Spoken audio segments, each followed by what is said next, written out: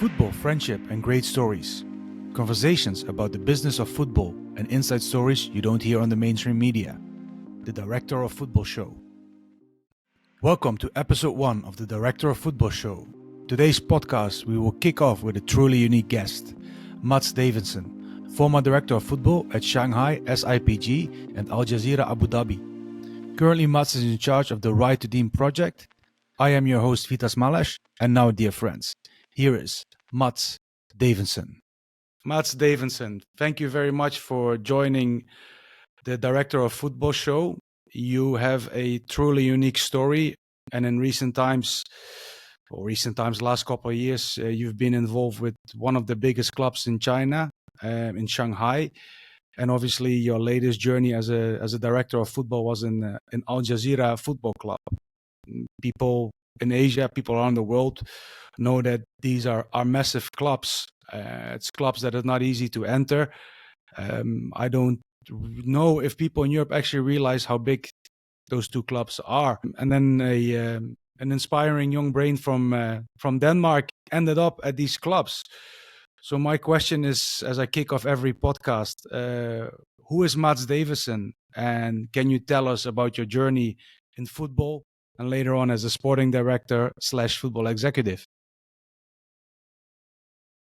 Yes, thank you first of all for the invitation, and it's always interesting to speak about these topics. And I think if you can give just a little inspiration to the next generations, then we are obligated to do it.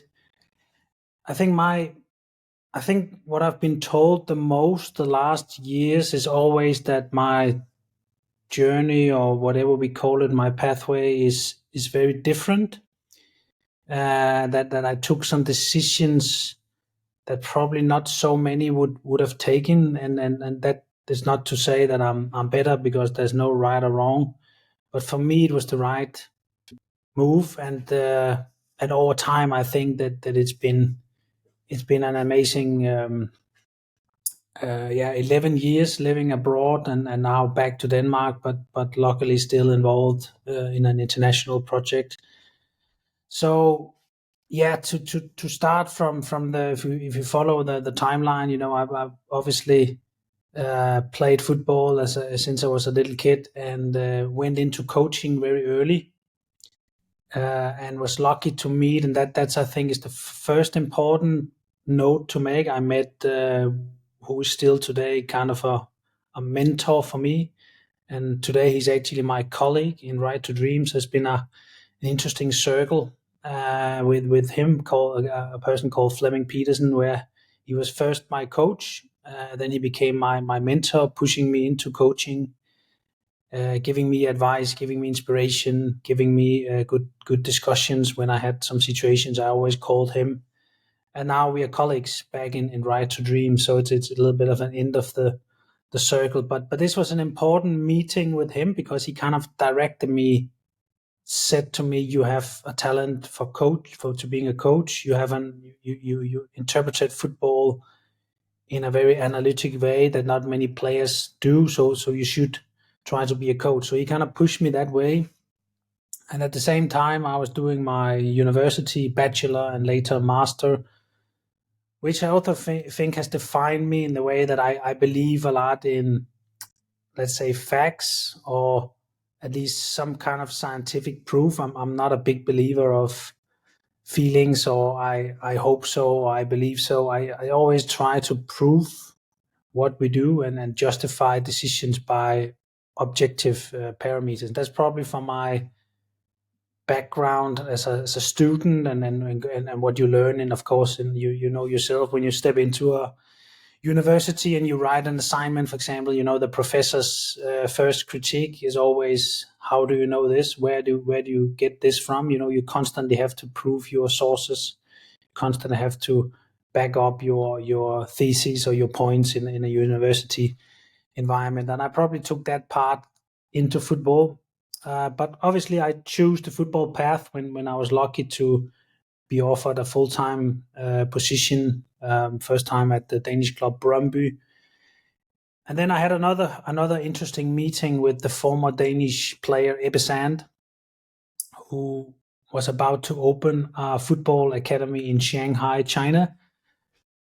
And that meeting was in a Danish FA coaching course and happened 2 years prior to Ebbe setting up this academy. So I told Ebbe, when he asked me 2 years prior, what is your ambition? And I said, I want to go abroad. It's not easy. Those years, not many Danish coaches or directors went abroad. So it was kind of a difficult task to get out of Denmark, actually. And I said to him, I want to go out and I want to take the first chance that comes to me, because I know it's difficult. So I'll take that chance and then I'll just build from there. So he called me 2 years later and said, I remember what you said. Now here's your chance to get out. And therefore, of course, I had to take it, because I kind of said it to myself that this is what I want to do. So I went to China, leading the private academy, building up together with Ebbe for 1 year. And then I spent my free time of studying Chinese football, studying the league. I went a little bit into the media world in China, did some analysis for Chinese football. So I kind of got into some good networks. The clubs start to figure out who I was. And at a similar time, the former Swedish coach, who is now retired, Sven Goran Eriksson, who previously coached, I think people remember him from coaching England or coaching Manchester City, or in the 90s coaching Lazio and Roma and Sampdoria. He got a job in China in a club called Guangzhou RNF, and he called me and said, I need you to help me, because you know Chinese football, you understand Chinese culture, and you know the league, so I really need you to join my team. So that was kind of my step into the pro world. So I went down there as a head of recruitment slash assistant coach, and we had a very good season and overperformed a little bit, and then of course got attractive for other clubs. And then this new project in Shanghai, they opened launched a big new project with the local government together with a big company called SIPG, and we were headhunted to take that from the ground. So this was one of my most interesting tasks at the time, because I came to a completely new founded club. I actually signed my contract the same day as the club was founded. So it's really interesting, really rare in football to become into a club that is so new, that is so everything was basically a blank piece of paper. You could describe everything.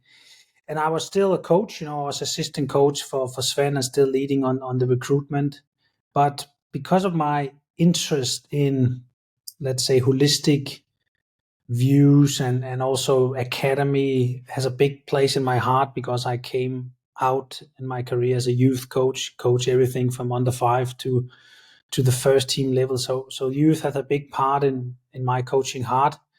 So I just started to notice some things in our youth setup in our academy that was also being built, and I kind of asked a lot of questions, and I think maybe they got annoyed with me.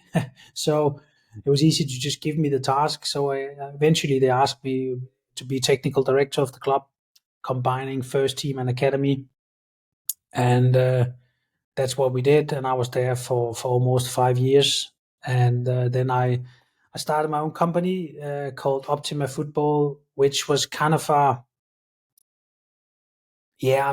mix between my experience in the field and then my views observing from the outside. Kind of got into, I traveled a lot, I visited a lot of clubs, spoke to a lot of network, and I found out that there's an error.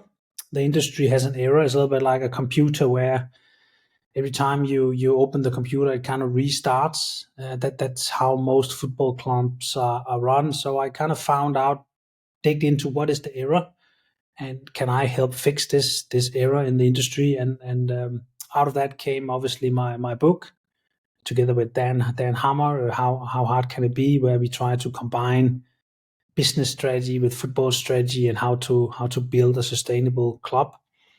And at the same time, my company was offering these services to go into a club and analyze the current state, and of course upgrade the sporting model, set up a more sustainable approach, so it doesn't depend on who's the coach or on you win on Sunday or you lose on Sunday. So that was an interesting task. I actually really enjoyed that work, but because of COVID, obviously being a consultant was a little bit difficult because my job was to travel around, and COVID shut down the world as we remember.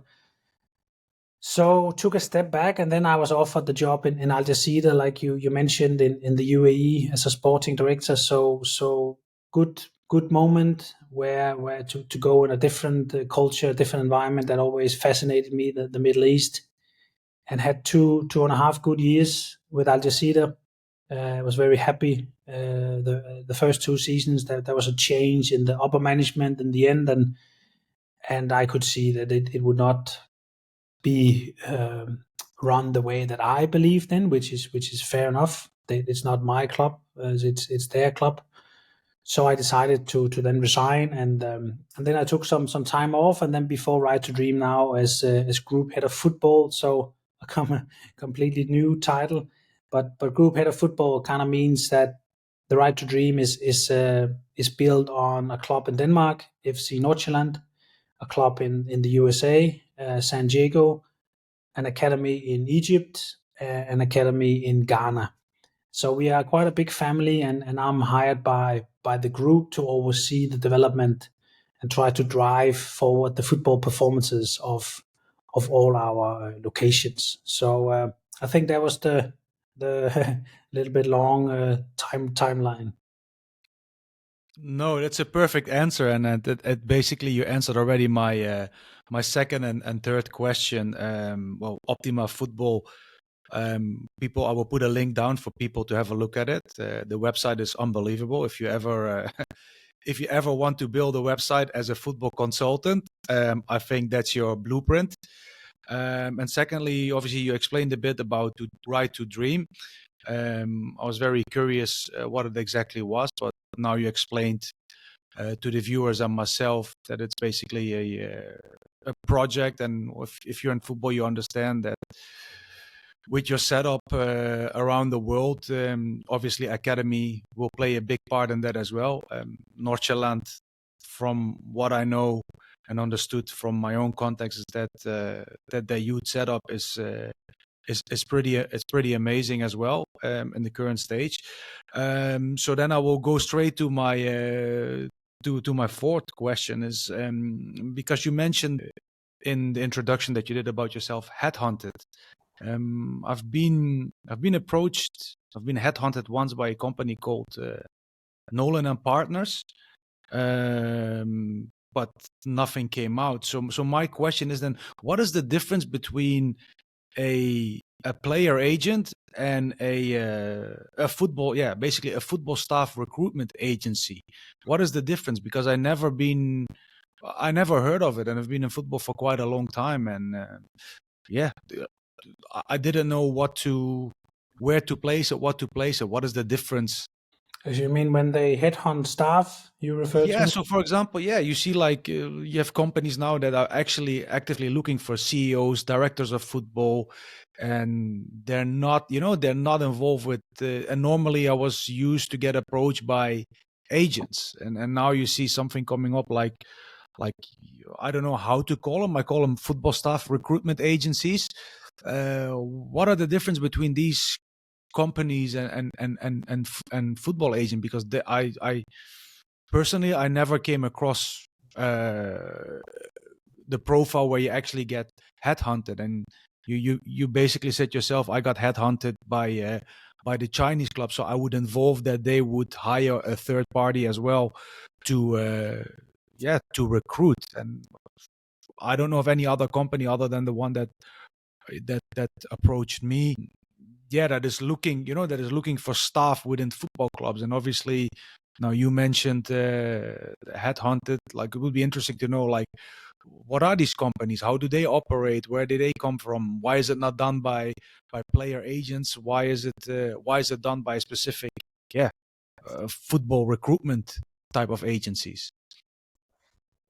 Yes, it is a new tendency in the world of football. It comes from the American sports, where they're Mhm. used to using let's call them objective professional recruiters that actually not specifically are related to football. They could also recruit for another industry, but perhaps so they're more strong on the process, on the due diligence of the candidate lists. Because what often happen in a football club is that they look in their phone book, who's out there, and it becomes very narrow, or it becomes very subjective. Oh, I like him, or I don't like him. So this is why some clubs, at least all the American clubs, use it, and I know more and more Premier League clubs as well are using the like you mentioned, Nolan Partners. So we also have a partner actually in Right to Dream, one of these companies that sometimes help us with these kind of tasks, and they give you a good, like I said, good help on the process and make it more professional in the recruitment phase. I would say I still think the football clubs sporting leaders should make the final decision, because that's probably where they sometimes lack knowledge about specific technical aspects of a position. But I like the fact to try to professionalize what has been, for me, a little bit amateur in football, that is just done by who the owner he might know, or who the board member might like. It takes out the nepotism, basically. For sure, also take out that part, but also now I did mention, I think I used that word headhunt to relate to China. So it was just, when I said headhunt, maybe it was the wrong word. I just meant that they got us in, they contacted us, the club. There was club to us, but I actually got the job in Al Jazeera through a company. So I have tried to been through this process. I spent some time myself in the UAE long time ago in 2005. Since 2005 I've been following the league in the UAE, because basically pure that I lived there. The football wasn't quite big then, but can you tell me a bit more in depth about your time in Al Jazeera? I mean, how is it to work in the UAE? How is the league, and how is it currently developing? Because the media coverage is quite professional. If you look at the local channels, the way they promote it, it's quite interesting. And then the second question I would have is Al Jazeera also part of the Man City group? Yeah, I would say I came there in May 2020. Yeah, so quite quite good level in terms of foreigners being better and better. The foreigners they recruited, and also in those years I was there, we added in the federation added in what they call the residential foreigners. So you are allowed to take in some foreigners that were a little bit younger, below 21. So I also added to the level of the league. And actually, I think there's a lot of, like, if you isolate football talent, that they have a ball culture. They are technically good players. Uh, I think where they lack the most is in the like the lifestyle, the professional aspect of dedicating your life to being the best athlete you can be. I think that's still a more of a light, loose version of that they like to train, they like to move, but they also like just to live the life afterwards that they prefer. And of course, also as a West European, we have to also accept that it's just a different lifestyle. I still remember my first week in the UAE, where I was living in a hotel very high up on the high floor, and watching the road to Dubai from Abu Dhabi. And during the day, there was basically zero traffic. And I was thinking it was strange, there's no traffic. And then after 10 p.m., full traffic. Where in Denmark, it's the exact opposite. If you go to the streets in Denmark at 9 p.m., it's just empty. You can't find a person. Everyone is home with the family. So it's just a different lifestyle, with the weather, the climate makes it encourage you to go out in the evening when it's nice, and that of course will affect your sleep. That will affect your diet, your system, because they eat very late, and if you follow science, that's just not a good idea. That you go to sleep full.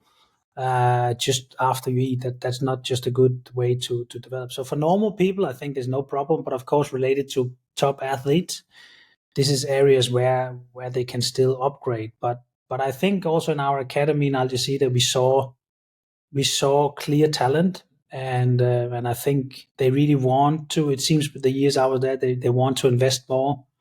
They want to do more for the UE football. So let's see in 5-10 years where they at. But you may, by the way, I just wanted to comment on your intro, because it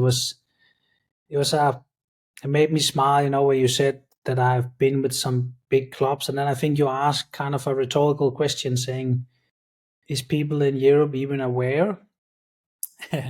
and I can guarantee you they are not, and I'm not that it's not important for me. I try to avoid attention. So for me to work there and never being approached by for example, the Danish media was totally fine. But perspective, if you look like we made an international perspective, if it's of course interesting, because Al Jazeera is a big club in the Middle East. There's a big pressure, and if you lose one or two games, you have full pressure from internally to externally. All the media wants to rip your head off, basically.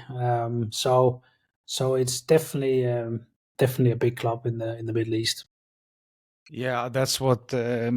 Yeah, that comes back to the intro, like because I follow it, and if you see the media attention towards the club, towards the players, even in social media, it's like, for me, it's similar, if like even more crazy than you play in, for example, in Denmark, in Copenhagen. Even if you see, if they play a big Saudi team like Al Ittihad, for example, they have these friendlies in between, and the stadium is full. And even if I look at the infrastructure, the stadium of Al Jazeera, I mean, people should Google it for fun. If you look at the stadium, I mean, that would be one of the top stadiums in Europe.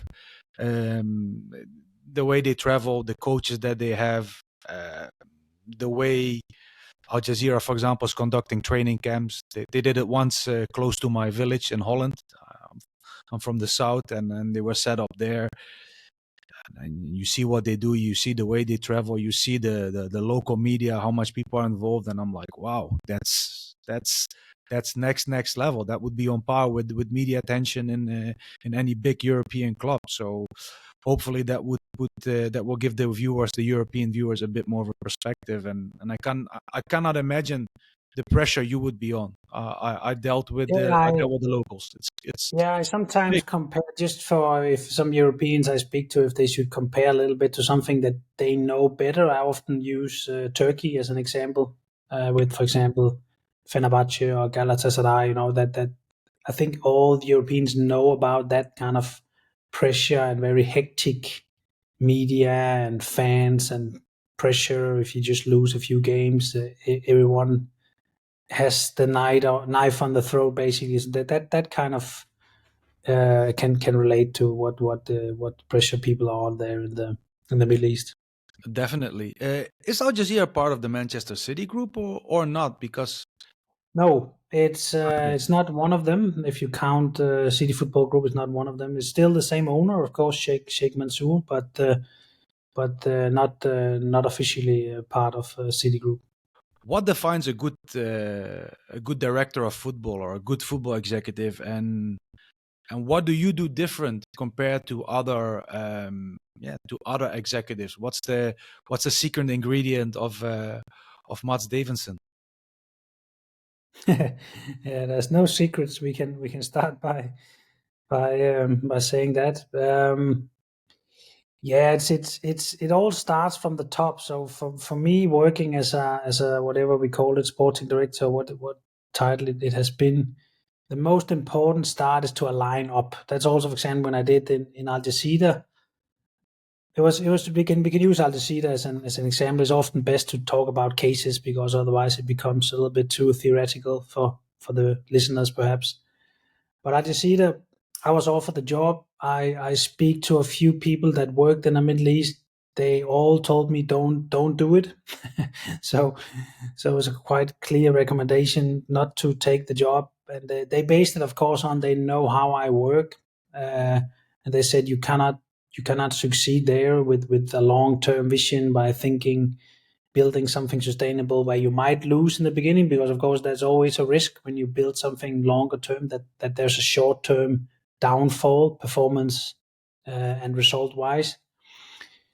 And I would say what really convinced me was actually when I, a little bit coincidentally, but in my own due diligence, I found an article with the chairman of the club, who's also the CEO of ADNOC, the biggest energy and oil company in the UAE. So I think people can imagine that's quite a big role in the country. And I found an article when he became CEO of ADNOC. I think it went back 3 or 4 years. And the interesting part of that article, I believe it was Wall Street Journal, was if you changed ADNOC, so his company name, and you changed it to Al Jazeera, he said exactly the same as I would say. The way you analyze, the way you build, the way you make it sustainable, the way you believe in long term and not just hope for short term. So I actually thought, okay, it seems there's a chairman here that understands exactly how I believe a football club should be built and run. So that was kind of a defining moment for me. The other part was obviously my own due diligence, where if I'm a little bit cynical, they were in a bad situation. They spent a lot of money on the last years. They tried with a strategy of buying the best Emirati players, and you could argue that that strategy had failed. At least they didn't get better performances. They didn't win any titles, and they spent, of course, a lot more money in the budget. And they had a very old squad, so there's not any chance of resale, and there's high salaries and not connected to high performance necessarily. So you could also say that coming in with some new ideas and a new approach was a good timing, because they were a little bit stuck with their old model. So I kind of found that this was probably the right moment to go in. And then I think if I should, at least this is what I'm being told by others, one of my, I don't know if I would call it a strength, because of course it can also be a weakness depending on how you view it. But one thing that I'm quite firm on is that I don't hesitate. I don't change my beliefs because of pressure or because someone, if people want to fire me, they can fire me. I'm not working to not get fired. I think there's a problem sometimes in our industry that people work to not get fired, and then they end up doing things they wouldn't do or things they don't believe in just to try to stay in the job. And I believe that it's actually probably what will get them fired, to end up not doing what you believe in. So I kind of lay the cards on the table and I said, listen, I'm going to do this. I'm going to build like this. If you don't want this, then tell me now, because I'm not going to change. And we were quite honest to each other. And from there, it was also a very good relationship. And I had full support from the board. And in particular, the chairman and the CEO was really good. Very strategic thinking people. They didn't come from football, but that doesn't matter. As long as people are strategic thinking, then there's a logic behind what you do. But it's also sometimes down to small details. Of course, we started the season with only 2 foreign players, which was very, very unique. Normally, all they talk about in the UAE is their foreign players, and we started without 1 foreign player. You could have 3 is the regulations at the time. So it was, and we started playing the season with the youngest team in the league. So I actually had a call from a colleague in Saudi Arabia, and he said to me, "You cannot win with young players in those leagues. You have to change your mindset." And I said, it goes back to my, whatever you call it, stubbornness. So I said, well, we'll see, because I'm not concerned if someone wants to change, someone wants to fire me, but if they change, then I'm out the door myself within 1 minute. So that's probably, yeah, again, you can call it a strength or a weakness, because I also can see that, of course, sometimes you can adapt more to other parts. But I'm quite firm on what I believe in, and I try to align up. Leading up is very important. You have to constantly manage what's going on above you to align thinking and align the structure and the process. I think in our book we describe it like a cockpit situation, where the chairman or the owner, he's the pilot. He will oversee that the flight is on track, but it's your job to constantly make sure that the navigation is correct and constantly hand him the reports when he get nervous, when the radar changes a little bit, and he gets nervous and asks, "Are we on track?" Then it's your job as a sport director to constantly find the right reporting lines and the right methods that shows that yes, it's a little bumpy right now, but don't worry, we are through it in a few weeks, and then things are looking more bright. So that's like the one part of leading up, aligning with the club strategy, aligning with the ownership, the board. The other part, of course, is leading down towards the technical staff, to the head coach, to the coaching staff, the administration staff, where I think your biggest task as a sporting director is to protect what I call the performance unit. So my job is to protect their unit. They have a unit. They run the training ground. They run the player group. They run the staff, and it's my job to protect them from noise. From could be if you have a board or an owner that wants to interfere, then it's my job to push them away. If the media is aggressive, they want the coach fired, or they are aggressive towards one player, it's my job to go out and knock that down or change the agenda by saying something different in the media. So I constantly have this in the back of my head, that I need to protect them, to keep calm, keep everything around them calm and logic, so they can perform, because their job is to perform, and to perform you need to have a calm and solid environment. Your answer basically also is something I wanted to ask you about. You mentioned in one of your previous interviews is that your core belief is that you need to have a philosophy, a methodology. You stick with it. My question was, and why I want to challenge you on, and hopefully your insight give me a different perspective. My answer to that is, should it not be a hybrid? Your philosophy and methodology is, if when you're hybrid, does that allow you to further grow?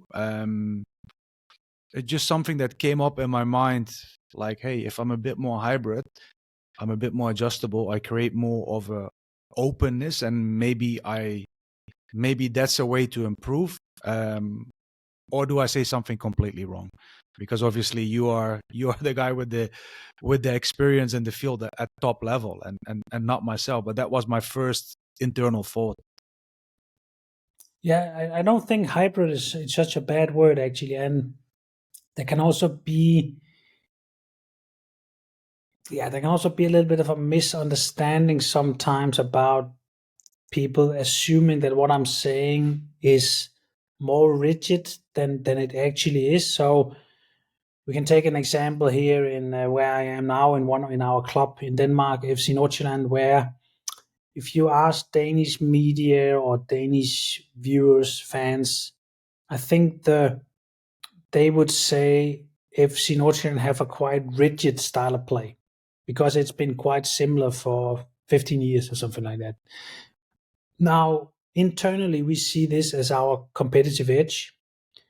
We actually work on something every day to improve, and the next day the same, where people that change style of play or change methodology, they constantly restarts, and therefore they need 6, 12, 18 months to redo everything. That's why you see many football clubs spending a lot of money but never improving their performances, because they don't have a style of play.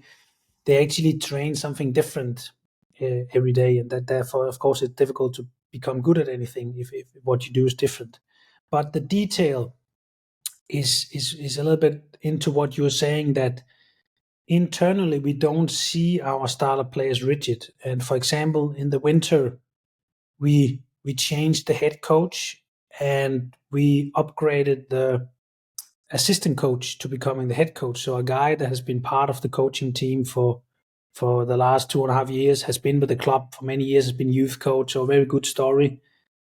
And of course, he also has his own interpretation of the style of play. So I don't know if the untrained eye could see FC Nordsjælland in November and see FC Nordsjælland today and see the differences. That I'm not sure, to be honest, if the, let's say, a little bit untrained eye, a fan or a random person in the stadium can see the difference. But for us, there's actually quite a big difference in the way that the new coach interpreted the game or interpreted our style of play. So it's just to say that there is this layer of flexibility in the detail, but we never change the principles. The principles are the same. There is a quite clear principle, for example, how we defend, how we attack, how we use what we call attacking balance when we are positioned towards losing the ball.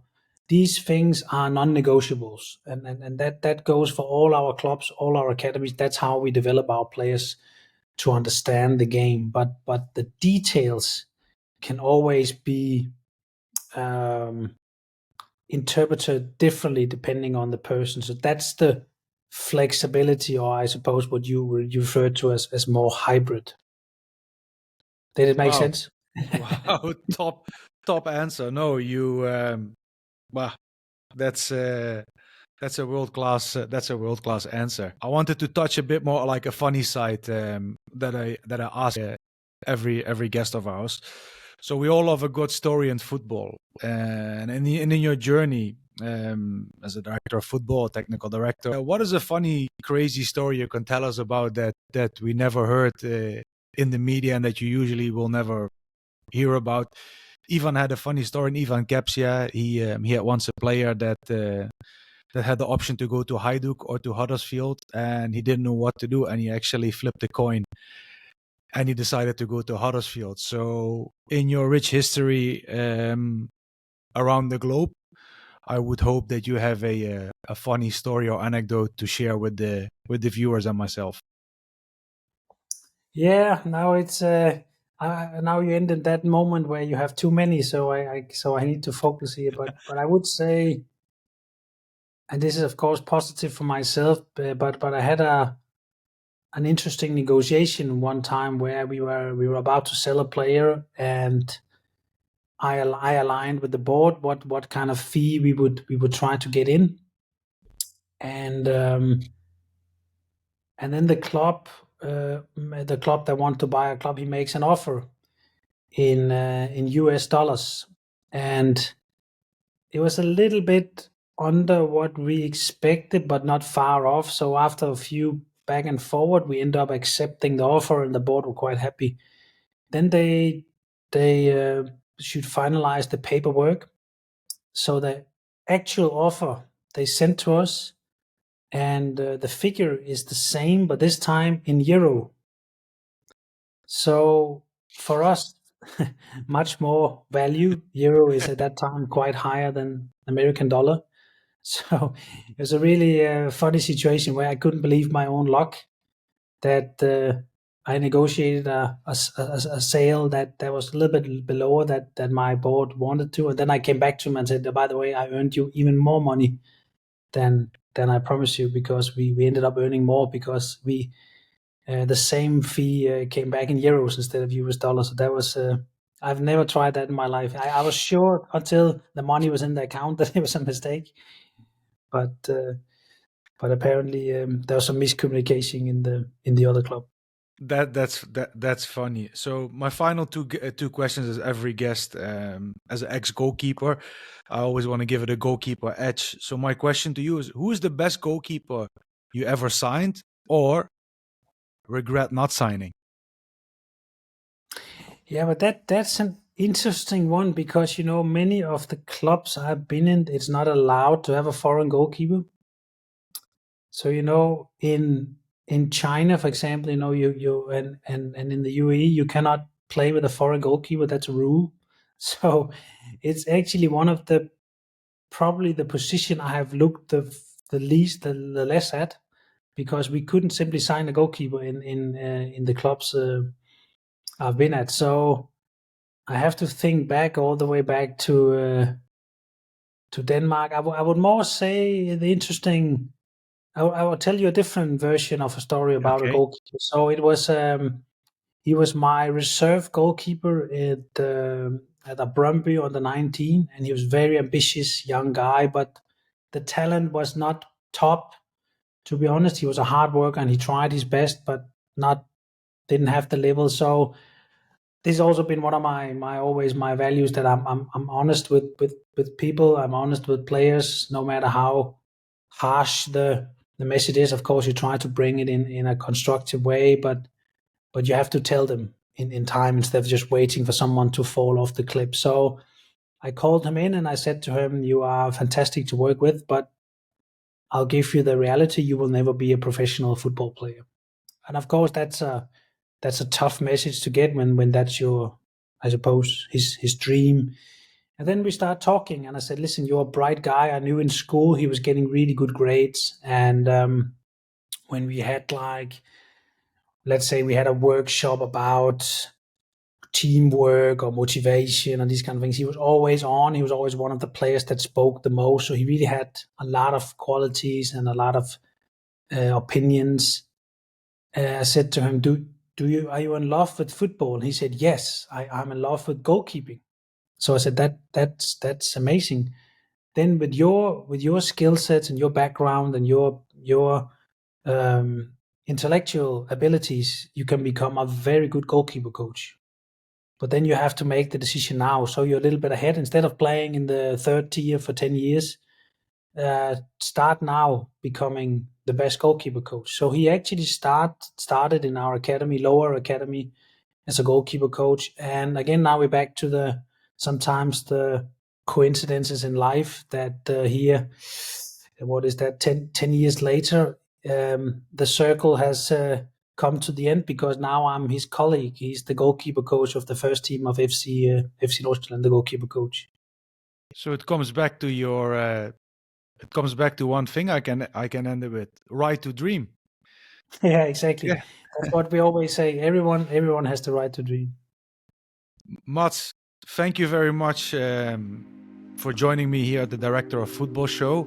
I hope our paths will cross in the future, and hopefully one day I can visit you at your facilities in Nordsjælland. Thanks for joining me, and I wish you all the best in your future endeavors. You're very welcome. Thank you.